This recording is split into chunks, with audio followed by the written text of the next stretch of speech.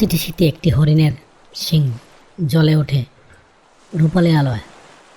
এই আলোকে বাঁচাতে পারবে পথভ্রষ্ট মানুষ, নাকি ডেকে আনবে বিপদ? হ্যালো প্রিয় বন্ধুরা, আজকে গল্পের নাম রূপালি শিংওয়ালা হরিণ।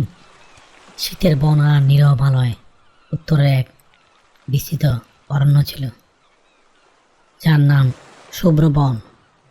শীত নামতে বন ঢেকে গেল বরফে, নদী জমে যেত, বাতাস হয়তো ধারালো, আর রাত নামতো খুবই তাড়াতাড়ি। এই বনে থাকতো এক শান্ত স্বভাবের হরিণ, যার নাম ছিল চিত্রা। চিত্রা অন্যান্য হরিণের মতনই, কিন্তু প্রতি শীতের প্রথম পূর্ণিমায় ঘটত এক অদ্ভুত ঘটনা। তার সঙ্গে দুটো রূপালি আলোয় জ্বলে উঠত। শিংগুলো আলোদিত মশালের মতো নয়, বরং নরম চাঁদের আলোর মতো। এই আলো পথ দেখাতো ঝড়ে হারিয়ে যাওয়া যাত্রীদের, বরফে পথভ্রষ্ট শিশুদের, ক্লান্ত বৃদ্ধ ভ্রমণকারীদের। চিত্রা জানত তার আলো আশীর্বাদ, কিন্তু সে জানত আরেকটি সত্য: এই আলো বিপদও ডেকে আনে। এক শীতের রাতে তুষার ঝড়ে এক বৃদ্ধ পথ হারালো। চারিদিক সাদা, দিকচিহ্ন নেই। হঠাৎ সে দূরে দেখল নরম রূপালি আলো। সে এগিয়ে গেল। চিত্রা ধীরে ধীরে হাঁটল। আলোয় পথ দেখিয়ে নিয়ে গেল তার বনের পথের বাইরে। বৃদ্ধ কাঁদল, তুমি দেবদূত? চিত্রা শুধু তাকিয়ে রইল। এদিকে লুবি শিকারীর আগমন ঘটল। এই ঘটনার খবর ছড়িয়ে পড়ল। খবর পৌঁছানো এক মানুষের কানে।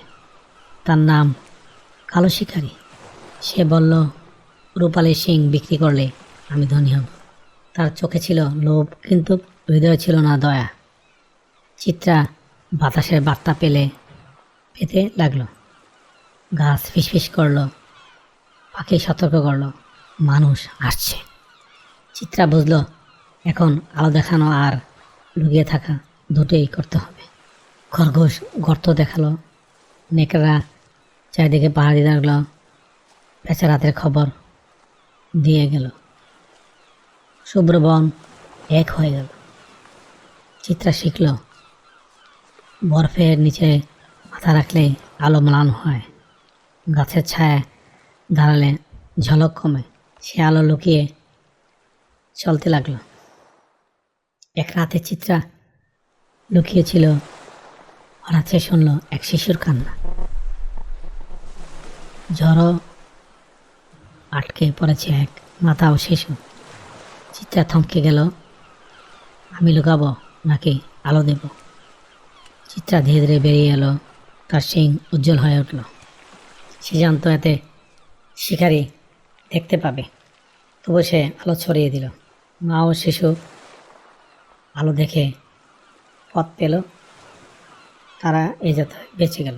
কিন্তু দূরে কালো শিকারীর চোখ জ্বলে উঠল। এবার কালো ফাঁদ পাতল, লোহার দাঁত, মাংসের টোপ। বন থমকে গেল। চিত্রা সরাসরি গেল না। সে আলো ঘুরিয়ে দিল ভাঙা বরফের দিকে। কালো পিছনে পড়ল। তার অস্ত্র হারালো। কালো আহত অবস্থায় ধরা পড়ল। গ্রামবাসীরা তাকে ধরল। তার লোভের শাস্তি হলো বন ছাড়া। এই যাত্রায় চিত্রা বেঁচে গেল। শুভ্র বন দীর্ঘ নিঃশ্বাস ফেলল। চিত্রা ঠিক করলো, আলো দেবে শুধু যখন সত্যি দরকার। বনও পাহারা দেবে। প্রতি শীতে আজও শুভ্র বনে নরম রূপালি আলো দেখা যায়, কিন্তু শুধু বিপদের রাতে। যদি কোনো শীতের রাতে বরফের বনে পথ হারাও আর দূরে নরম আলো দেখো, ভয় পেও না। ওটা রূপালি শিংওয়ালা হরিণ। হ্যালো প্রিয় বন্ধুরা, সেই গল্পটি কেমন লাগলো কমেন্টসের মাধ্যমে নিচে জানিও। আবারও দেখাবো না কোনো গল্পে। Thank you for watching. Please subscribe.